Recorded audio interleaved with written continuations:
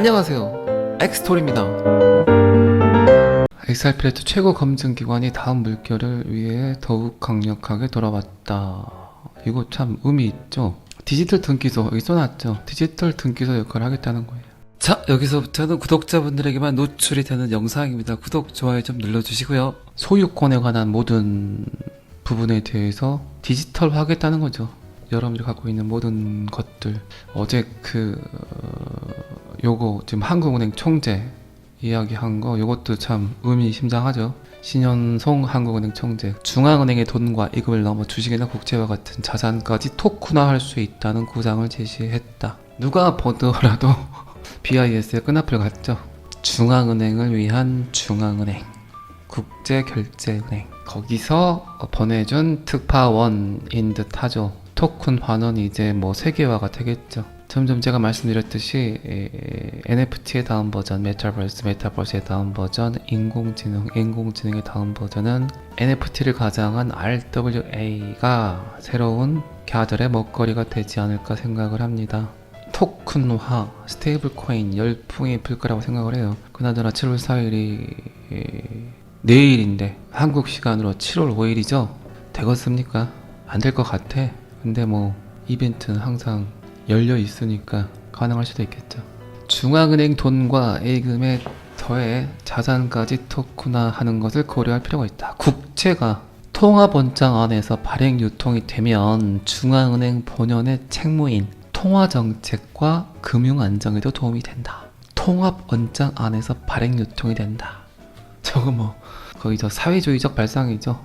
감시하고 통제하겠다는 거죠. 참 좋은 말은 쓰죠. 그래도 통화정책, 금융안전, 소비자 보호, 저렇게 그냥 흘러가는 것 같아요. WEF의 아젠다, 자유로운 석공들의 의지대로 어쩌겠어요. 근데 뭐 저 따라야 되겠죠. 좌우간 지금 쏟아지는 데이터들을 보게 되면 한 곳을 지명하고 있어. 한 곳을. 그곳이 어디인지를 알면 되겠죠. 무엇을 원하고 있는지 대중들에게, 그리고 그 도구가 무엇으로 선택받을 건지 그것만 알면 되겠죠. 여러분들은 뭐 워낙 제가 비트코인과 XRP에 대한 비교를 많이 해드렸으니까 충분히 이해하고 계시죠. 차나칩을 바꾸려면 비트코인, 이더리움을 사라. 인생을 바꾸고 싶다면 XRP를 사라. 삶이 그렇게 쉽게 바뀌진 않겠죠. 쉽게 바뀌면 삶이겠습니까? 근데 조금씩 이제 바뀌려고 하고 있죠. 항상 뭐 말씀드리지만 제가 했던 말대로 좀 움직였으면 좋겠어요. 어쨌든 하는 총재는 끈앞풀이다 라고 생각을 합니다.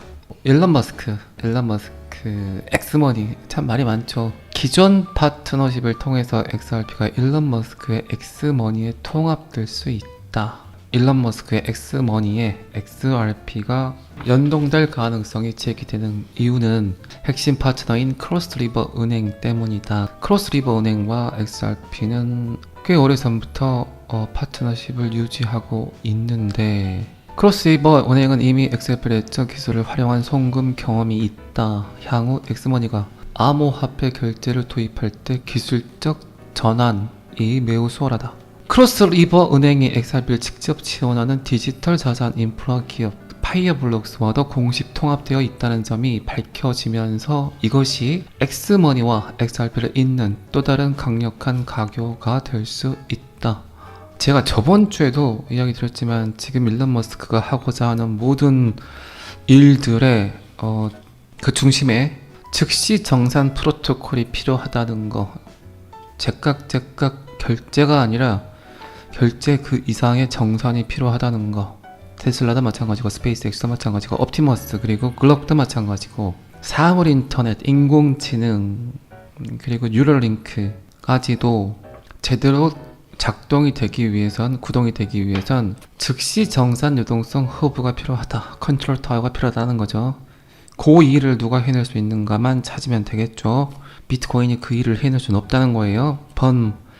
우주적 금융 생태계를 만들려고 하는 놈이 도지를 선택을 하겠습니까? 그 일을 할 수 있는 놈은 한 놈뿐이죠.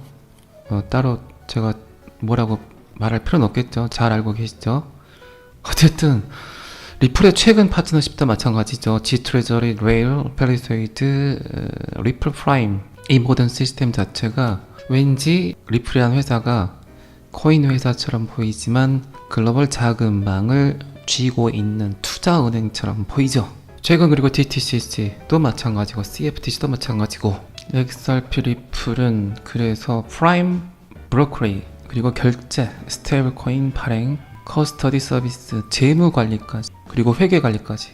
그런데 방금 전에도 말씀드렸지만 한국은행 총재는 그 누구의 지령을 받았는지 모든 걸 토큰화 하겠다고 이야기를 했고, 엑스머니가 관건이긴 하지만 어쨌든 일론 머스크도 바보가 아닌 이상 무언가를 보고 있겠죠. 뭐 가장 강력한 힌트는 그 누구도 XRP에 대해서 언급조차 하지 않고 있다. 이게 저는 가장 강력한 힌트라고 생각을 합니다. 왜 언급하지 않을까? 왜 말하지 않을까? 왜 쉬쉬할까? 모를까요? 알겠죠. 그런데도 조용 금지어 해시태그 중에 XRP, X토리 이렇게 있을 수도 있겠죠. 어떤 거래 도구든 특히 지금 시대에 가장 필요한 거래 도구는 이제 즉시 결제를 넘어서 즉시 정산이 가능해야 된다는 거예요. 그래야 정보와 돈이 동시에 보내지면서 삶이 윤택해지면서 소비자 보호가 되면서 감시 당하면서 통제 당하면서 지금 제 영상을 듣고 계신 모든 분들이 100만 장자가 되면서 1XRP는 $10,000가 되면서 그나저나 엑스토리는 언제나 10만 유튜버가 될까요? 계속 구독자가 빠지고 있어요. 이거 너무한 거 아니에요? 어쨌든 가격 대비 구독자 수가 잘 버텨지고 있습니다. 지금 가격으로 봐서는 거의 구독자가 한 3만 명 정도는 빠져야 되는데 아직도 아침 일찍 제 영상을 기다리시는 분들이 많다고 생각을 해요. 방금 살짝 싸가지가 없었던 것 같은데 죄송하고요. 어쨌든 엑스머니는 일론 머스크는 중국의 위챗을 능가하는 그런 금융공화국을 만들려고 하죠. SNS와 금융 그리고 인공지능의 결합. 그렇게 되면 SNS를 통해서 모든 데이터를 볼 수 있고 테슬라를 통해서 여러분들이 어디를 가는지 다 들여다볼 수 있고 스타링크를 통해서 통신을 통해서 또 데이터를 들여다볼 수 있고 그리고 이제 결제망까지 가져가 버리면 디지털 아이디, 디지털 신원인증 어떻게 될까요? 인간의 행동 패턴 전체를 완벽하게 감시하는 세계 최강 데이터 제국을 만들 수 있겠죠. 요게 누구의 생각이다? 누구의 지령이다? WEF 월드 이코노믹 포럼의 지령이고 그 지령을 잘 받들기 위해선 일론 머스크와 브래드 갈링하우스가 쎄쎄쎄를 해야 되겠죠. 곧 그 징후들이 나타날 것 같습니다. 그리고 한 명 더 쎄쎄쎄를 해야 되겠죠. 엑스토리와 설마 하겠어요? 자, 그리고 저는 XRP를 정말 좋아합니다. 이 새로운 현실이 닥치기 전에는 $1,000 아니면 $100 정도라고 생각했죠. 근데 현실적으로 $1,000, $100는 무리라는 표현을 하고 있습니다. XRP에 대한 가치를 어떻게 보냐에 따라서 저거는 굉장히 유동적이겠죠. 그러니까 제가 항상 말씀드렸지만 XRP를 어떻게 이해하고 있느냐가 굉장히 중요하다니까요. 비트코인만 옹호하는 사람들의 공통점은 결국 알트코인이 어떤 일을 하는지 잘 모른다. 비트코인 백서도 읽어본 적이 없다. XRP를 그냥 투기 자산 또는 거래의 도구로 생각을 했다면 $1,000, $100 시총 계산해서 이건 말이 안 된다. 애플의 2배가 된다. 이지랄 하겠죠. 그런데 XRP의 미래에 대해서 정확히 이해하고 있다면, 예측한다면 저런 말 하기 힘들겠죠. 근데 이런 애들이 많이 떨어져 나가야 되겠죠. 자, 리플이 $155조 규모의 시장을 조용히 잠식하고 있다. 이거라는 거죠, 이거. 담보의 형태든 아니면 거래의 도구이든 지금 어느 시장을 노리고 어떻게 확장을 하는지 봐야 되겠죠. 토큰화라는 건 결국 리얼 월드 어셋이라는 건 결국 지구상에서 거래되는 모든 재화를 디지털화하겠다, 나노화하겠다.